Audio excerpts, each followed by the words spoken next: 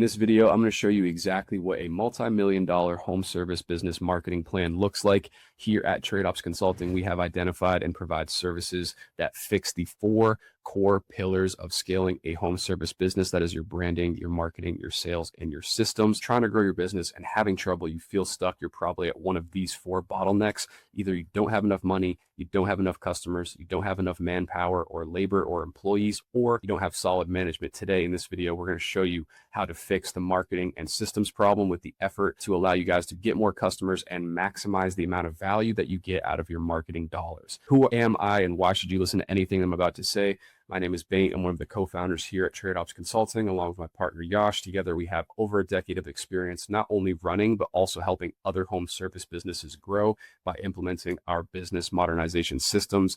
I've worked in the trades. I've started, scaled, and sold my own multi-6-figure home service business. So we've ran the crews, been in the field, built these systems in real life, and more importantly, understand what a day in your shoes actually looks like. And over the past 5 years, we have implemented these systems and worked with business owners, private equity firms alike across verticals like HVAC, plumbing, electrical, roofing, landscaping, tree service, you name it. If I didn't name the business that you have here, trust me, this still works. It is broad umbrella. All home services can benefit from this. And here's a picture of me running my business. I'm not full of shit. So what do? We can modernize your business in 30 to 45 days by implementing a complete marketing, sales, and operations system that's going to increase your revenue, improve your efficiency, and boost your profitability. So what does a multi-million dollar home service marketing plan actually look like? This is the same system that we have implemented, and we've had specific clients add over $2 million a year in just one season, basically, by implementing some of this stuff. You can view that testimonial and case study on our YouTube channel. If any of the stuff that I'm about to say sounds interesting, you want us to build this all out for your business, check out the first link in the description. You can book a call with us, take 30 minutes, pick your brain a little bit, figure out where you're at, which of these things you would benefit from. We can get this stuff built for you guys. So quick overview. Everything that you see on the screen right here is the exact marketing and sales system that we build for businesses. And at the top here, these are all of the different channels that you can use to acquire customers. So when we talk about channels, it's basically just different methods, different ways that people can find you, interact with your business, and ultimately take the step to reach out to hire you guys. So let's talk about this for each of these channels. I'm going to give you guys 365-day calendar of all the things that you should be doing and how you can use these different channels to get more customers for your business. All right. So we're going to go through this, and there's no particular order here. First one is email and SMS. Usually what we do is we will do a database reactivation, and we'll do this quarterly. Or if you're at a point in your season where your calendar is not fully booked out or you're struggling to get work on the calendar, running a database reactivation is a really good way to get some extra work on the board. We have added tens of thousands of dollars in booked jobs from lost leads, people that contacted your business that you just didn't follow up with, got lost in the sauce somewhere. They're in your database, they're in your CRM somewhere, and we can still have access to their contact info. We've sent out a single text message and a single email that booked, like I said, tens of thousands of dollars worth of jobs pretty much overnight. So if you guys aren't collecting your customer data, this is super important. Obviously, you need to have a CRM to be able to do this. It also needs to have email and text message capabilities. All right. We provide all of our clients with our own custom CRM software free of charge. It's complemented with our service so that we can do stuff like this for you. So what is a database reactivation? Pretty much what I just said. We send out a SMS or an email to all of your contacts that did not book a job with you. We can also do this if there's like a seasonal or like a promotional service that you're doing that would also make sense for existing customers. So depending on what your offer is, depending on what your service is, we can send out a massive blast email and text to anyone's ever contacted or come across your business. Like I said, we also do this for seasonal and promotional offers. And then sometimes, if it makes sense,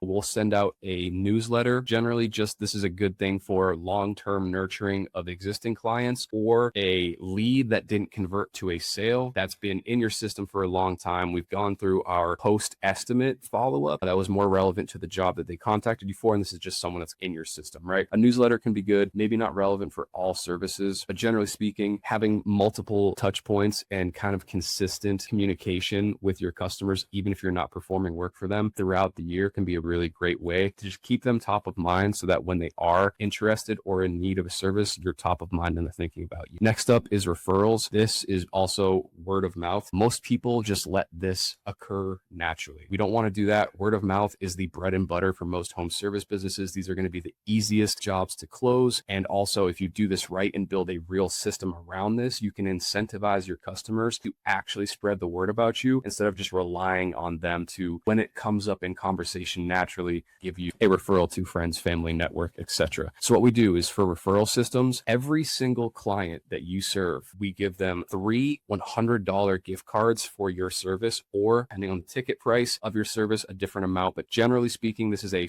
fixed monetary value, a gift card for your services that a client that you just performed work for can give to their friends, family, whatever. When the friends, family, network use the $100 gift card on one of your services, so that word of mouth referral actually books a job, then that $100 gift card that the referee used to get $100 off of your service, when they cash that in, you give a $100 gift card back to the original client, to a steakhouse, Dunkin' Donuts, Starbucks, the local restaurant that everybody likes, something like that. So what this does is it actually a real incentive for your customers to give you and spread the word to more customers. Those customers actually convert because they feel the need, or there's incentive there. They have $100 off. Why would they not take that time to book the service with you? So they spread the word. You actually collect cash as a result of that, and then pay out your referral fee back to the original customer. Works really good. Word of mouth on steroids. And honestly, the fact that most people don't have any sort of referral system blows my mind, because everyone loves to talk about how great word of mouth is. Oh yeah, I've built my business for 10 years off of just word of mouth. Imagine how much bigger it could be if you had an actual system for this stuff, and a way of tracking it, and a way to reward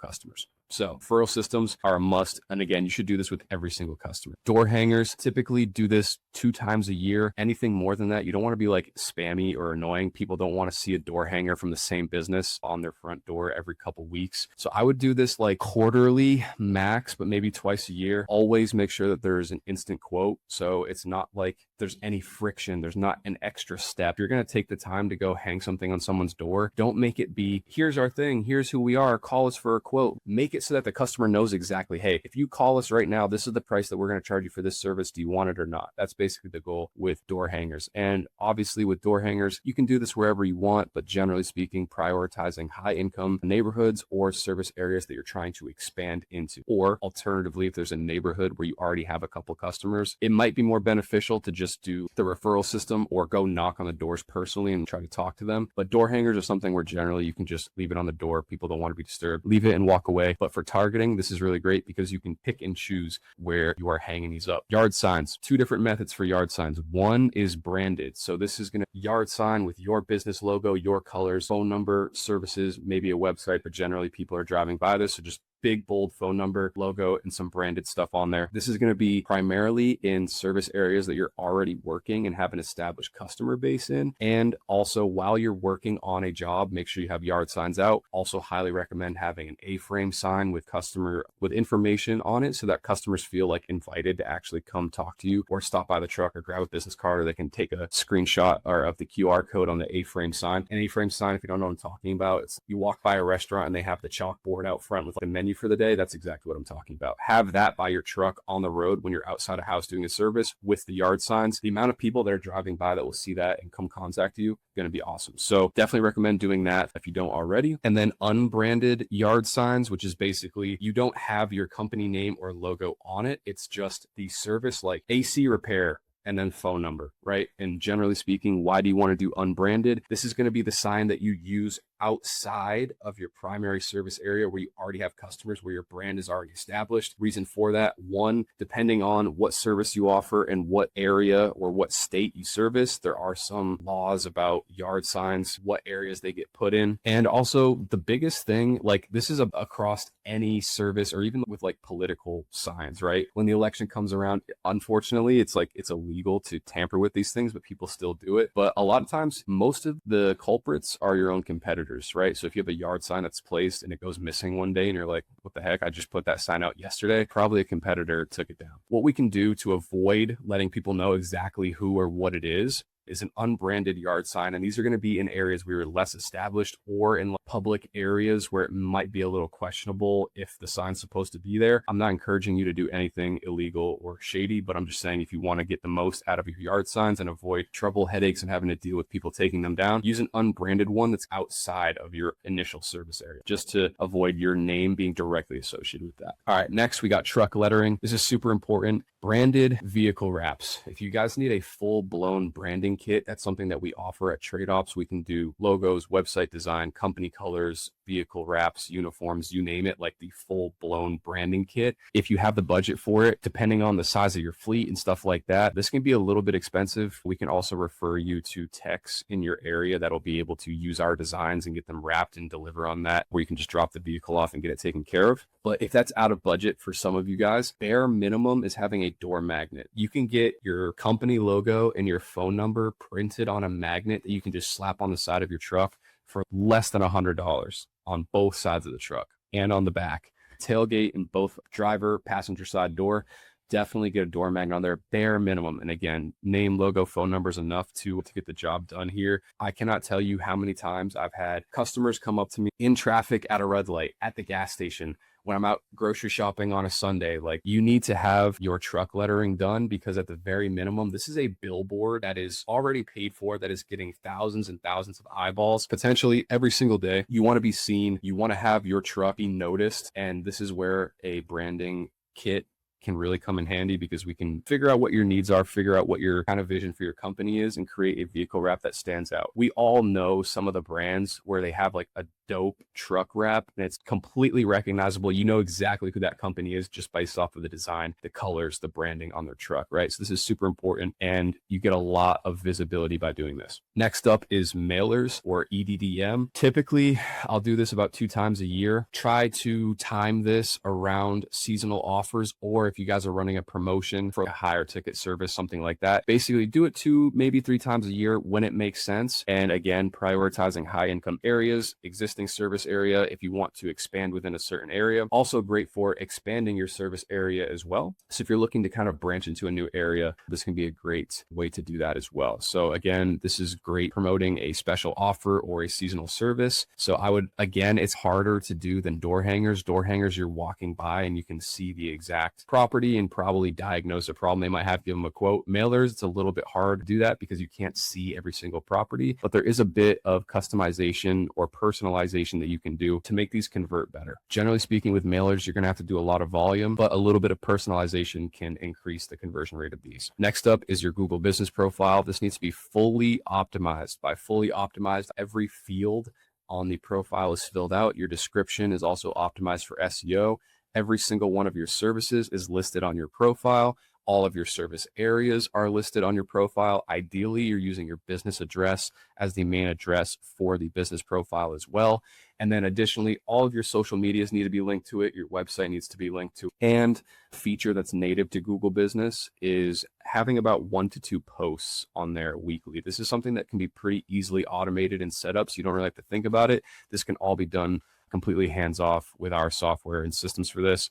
And then you need to have reviews for your Google business profile gathered as a part of your closing process. By closing process, before you leave a job site, when you're collecting payment from the customer, getting the review at the same time while they're handing you a check with a smile on their face telling you how great job you did, that's when you need to be asking for the review. Text message, email follow-ups after the job's done. You're out of sight, you're out of mind, it's already too late. Your conversion rate on that's going to be really low. You want to do this in person, face-to-face. We have a full script that you can use, and also we can make some like easy QR codes so people can just scan it, take their phone from them, literally walk them through the process, and we can break all of that down. Also, with the Google business profile, automating the replies to reviews. Google sees that as activity and engagement on your profile. If you don't reply to all the reviews that you get, especially if they're positive, like if people took the time to actually do it, just a quick reply goes to show that you actually care. And you can actually automate this with our software as well. So it has an AI that'll automatically read it, respond to that with a personalized message as well.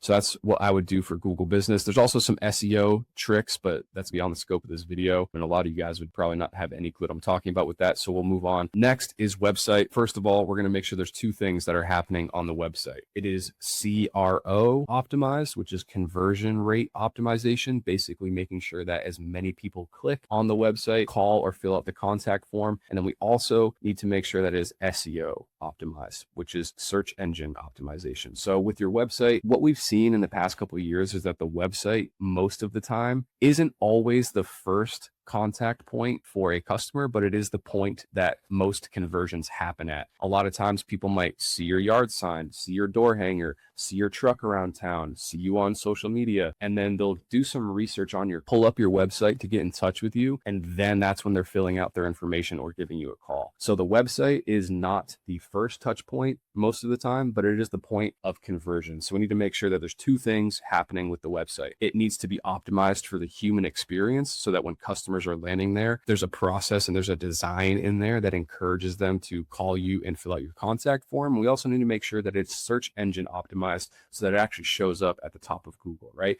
Those are two entirely different mental frameworks and ways at looking at your site. There is a happy medium for the two that works really well. So you can make sure that your website not only takes as many people and converts them into leads and potentially buying customers for your business, but also it pleases Google's algorithms and make sure that it's showing you at the top. Part of that is pages for every service and service area. So yes, there needs to be a page on your site for every single service that you offer and in every single city that you offer it. This takes a little bit of time to set up and build out, but if you have a good SEO team, this stuff should be done and it's absolutely necessary. Some other things for the CRO or like the human component of this, click to call. If you have buttons on your website for your phone number, it needs to be able to be pushed and actually dial on mobile devices.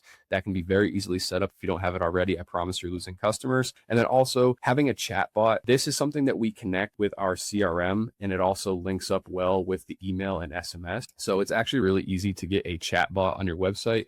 The reason for this and why it's important is because you want to have a method for a customer to reach out to you for whichever way they feel the most comfortable. Some people aren't going to want to pick up the phone and call you and then have to leave a voicemail if you don't answer. Some people would prefer to just text you. We have our chat bot set up so that if someone enters something in the chat bot of the website, you just get that message as a text. So it's super easy to reply and get in touch with that person. So now you have call, you have text, and then obviously you have the form, a contact form that would send via email. So you have call, text, and email. All three methods are available for someone to get in touch with you.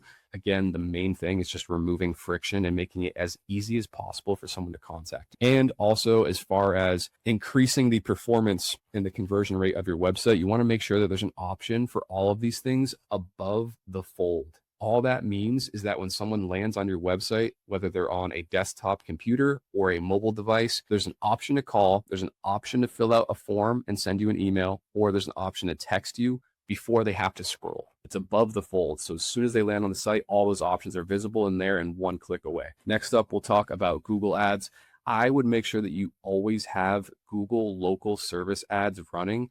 These are the ones that have that green Google guaranteed check mark next to them. And the reason why I would always have LSAs running is because LSA is a pay per call model. So it doesn't cost you a dime to have these ads always running. You only get billed by Google when someone actually calls, and they have filtering for spam on there so that you only get booked for leads that are real and if a phone call lasts a certain amount of time. Generally, it's like 45 seconds to a minute so that Google recognizes, hey, these people actually had a real conversation and this was a qualified lead. You can also go into LSAs in your Google Ad Manager and you can file for a complaint or to not be billed for a specific lead if it wasn't legit for any reason. And they're pretty good about not charging you for fake phone calls. So that's local service ads. I would always have those running. Also PPC campaigns or Google search campaigns for additional traffic and ability to show up in the map pack. Google business profiles are really good for converting mobile traffic. So people searching on a cell phone. There isn't currently an option to run just Google business profile ads. You have to do it through a search campaign. So that's why I would turn a search campaign on. And then also, it's really great for getting some visibility outside of your primary service areas. It's really easy to get a website to rank in the town that you're based in, that your business is located in.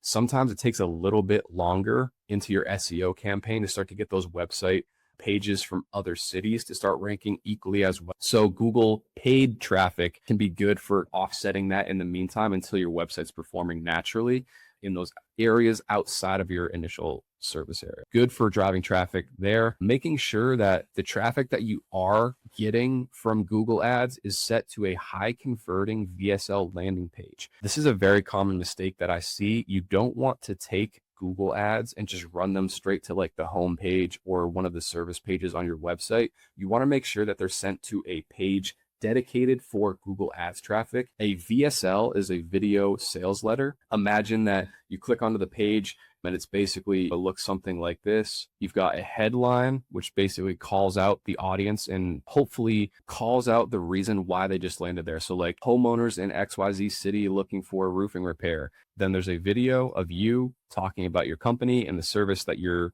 running the ad for. And then below that, you've got like reviews, testimonials, more information about the services and contact buttons throughout. So it's really important to get in front of the customer as soon as possible. That is a huge difference maker compared to all of your competitors that are just running Google Ads to their website. If you have a video of you actually talking, hey, so-and-so, you click on this page because you look for this, here's a little bit about our company, what we do, blah, blah, blah. That's time that you've already spent talking to the customer. They've seen your face, they've heard your voice, they know more about you. When that person actually goes and you show up at the property to do an estimate or you're trying to close a deal, them having spent a little bit of time watching that video has already done a lot of work for you, building the know and trust factor that is really important with sales. So that's why we do VSLs. We give you guys scripts for all of this stuff as well.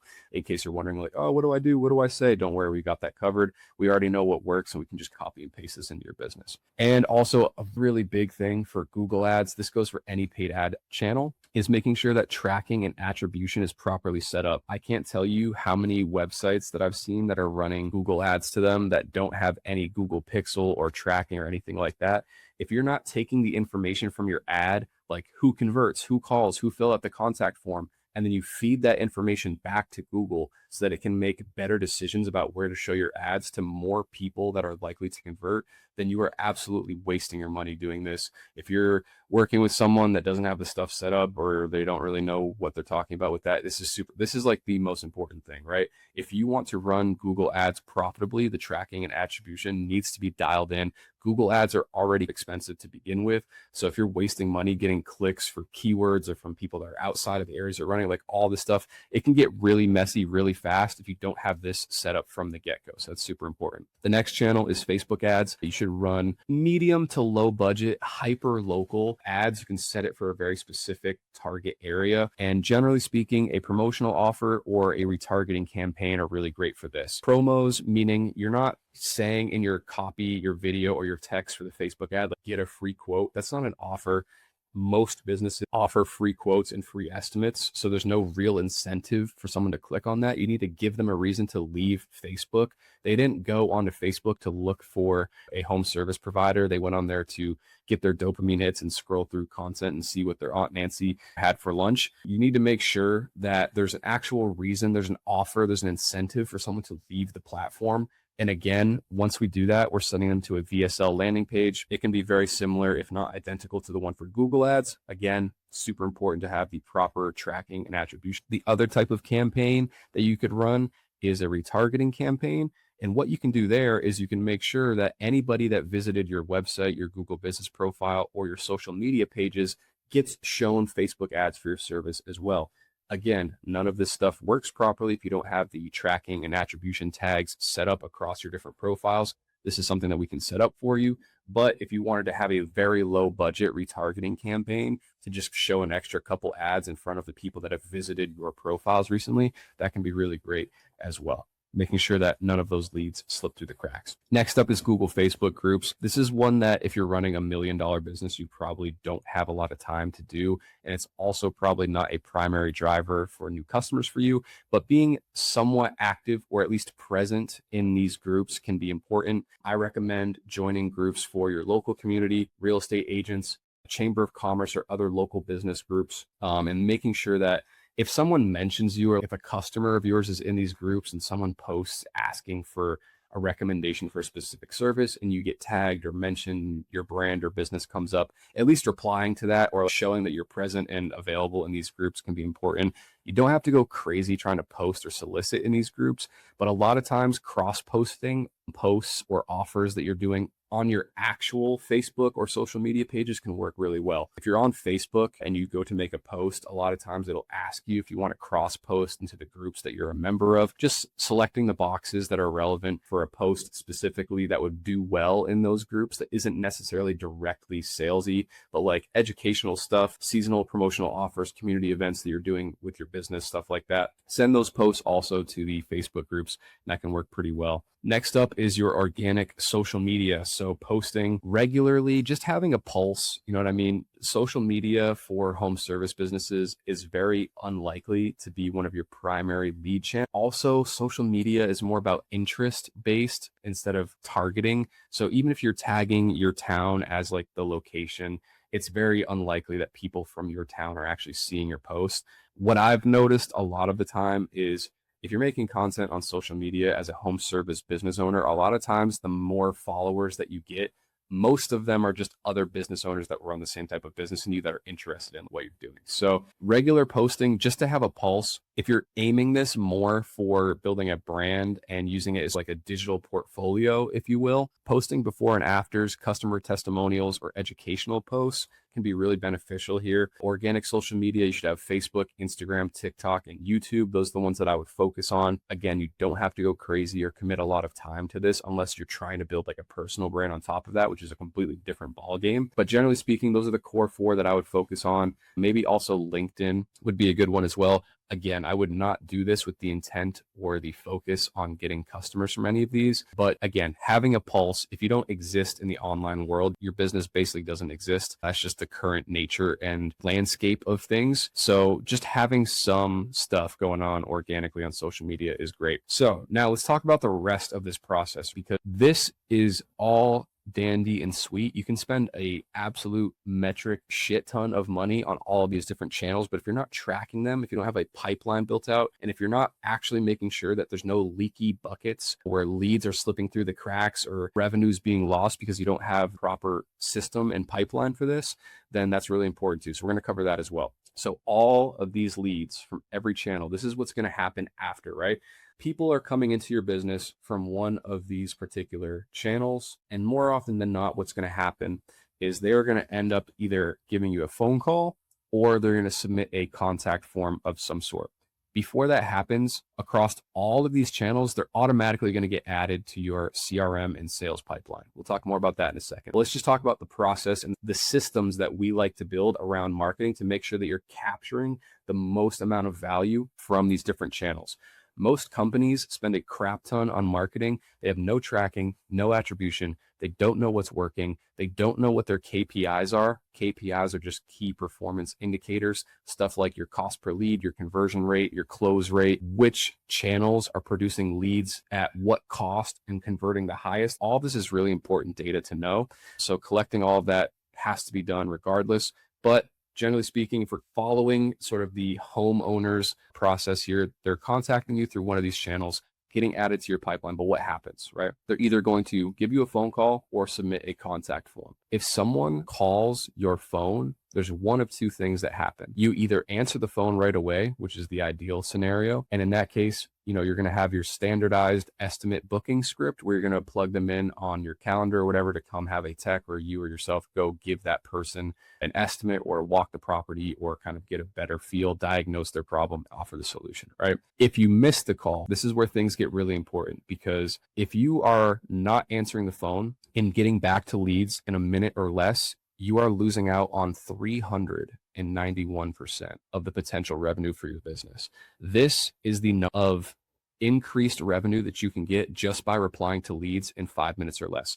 If you don't know what I'm talking about exactly, just Google search speed to lead consumer case study. And we saw that companies that have done massive surveys and have a lot of data and information on this realize that call a lead back during the golden window, which is sub 5 minutes, then the conversion rate of those leads goes up by 391%. So what that means for you, the business owner, is that you can literally get 391% more business just by answering the phone right away, or if you miss a phone call, getting back to a customer in 5 minutes or less. That's where we come in and we build out systems and automations for this stuff so that you are maximizing the juice per squeeze as far as your marketing goes. So if you miss a phone call with our system, what happens is that customer gets an automated text follow-up saying, hey, we can't take your phone call right now. We're going to give you a call back and as soon as possible. If you want, just shoot us a text here with some information regarding your service and we'll get back to you. That brings the speed to lead down to 0 minutes, right?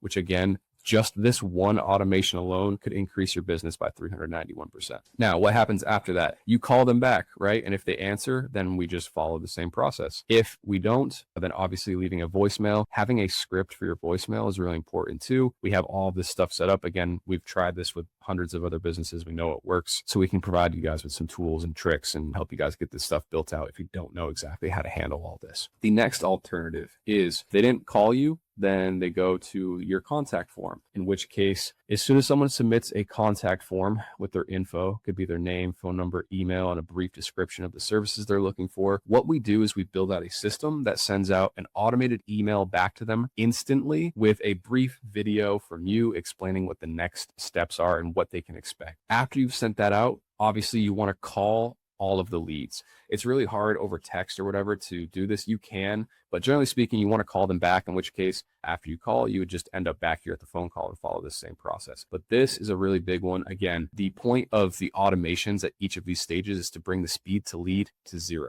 The customer that's submitting their information is getting instant feedback, knowing that they reached the right business, knowing that their problem is going to be solved, knowing that you're going to get in touch with them. That alone can be enough to stop them from going out and looking at other businesses, filling out quotes elsewhere. And this is really big. Again, I've called businesses of clients that we are in talks of working with. And a lot of times I'm severely disappointed by their answering process, how long it took to get back. Like, it's no surprise to me that these businesses are struggling or not able to grow as fast as they want, or they come and complain that they're wasting money on marketing, this or that. And it's, dude, you have no process, no automations, no follow-ups.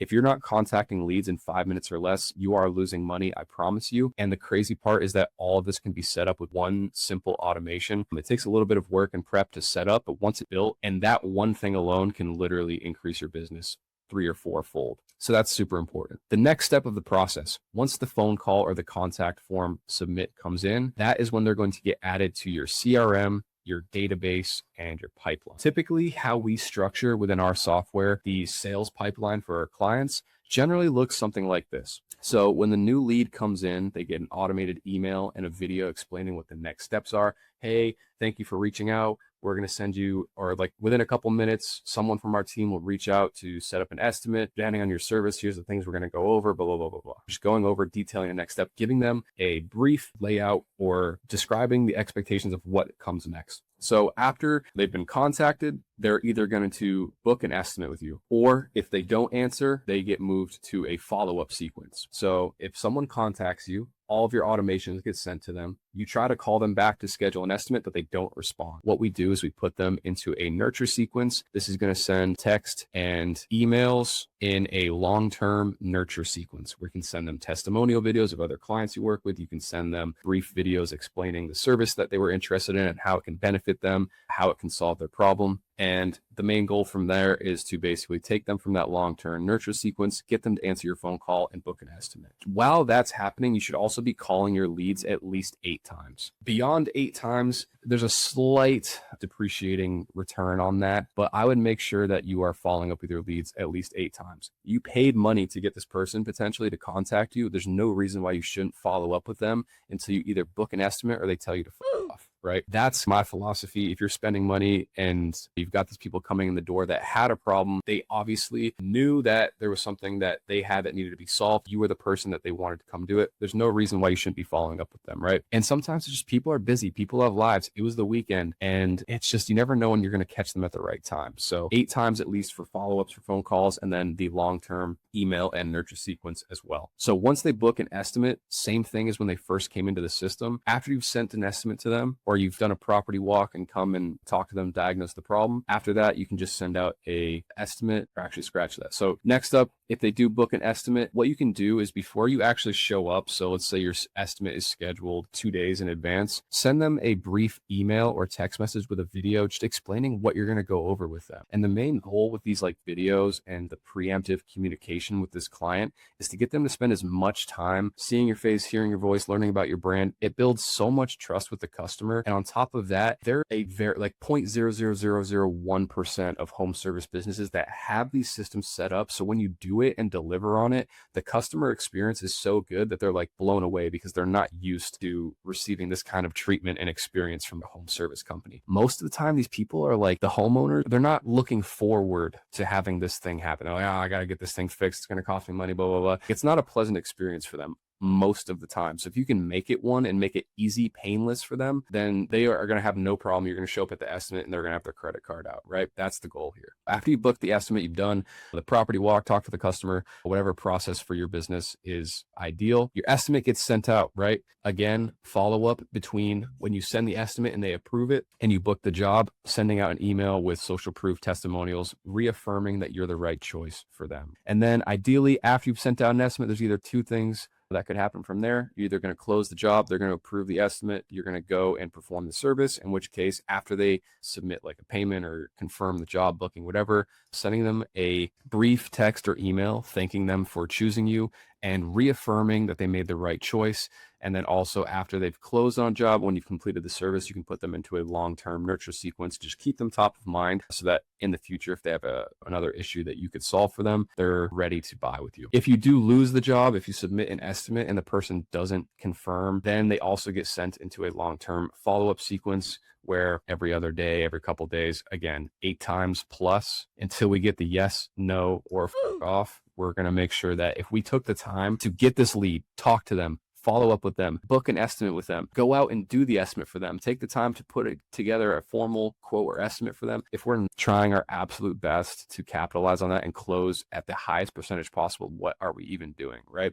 So putting them into a nurture sequence until they close or we get the bird, that is the main goal here. After the job is closed, from there, we can talk about what it would look like to put them into a job management or like another software that you use for running your day-to-day operations. But really what we handle and what you can do with all these automations and stuff gets handled in a separate CRM software that we provide for our clients. It's not meant to replace your current software or CRM. It's meant to work side by side in conjunction with. But generally speaking, that is the entire process from someone discovering your brand, reaching out to you, closing the job, and getting paid. From there, again, using another CRM or job management software would handle the rest of the steps.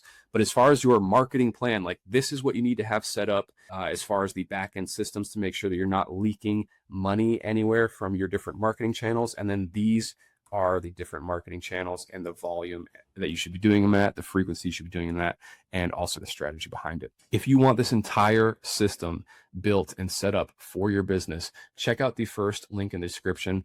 Book a quick call with us. We'll do a full audit of your business, figure out where all of these things could fit in, the potential growth you could see from it. And yeah, we look forward to seeing you on the call. If not, subscribe for more home service marketing content, and we'll see you in the next one. Peace.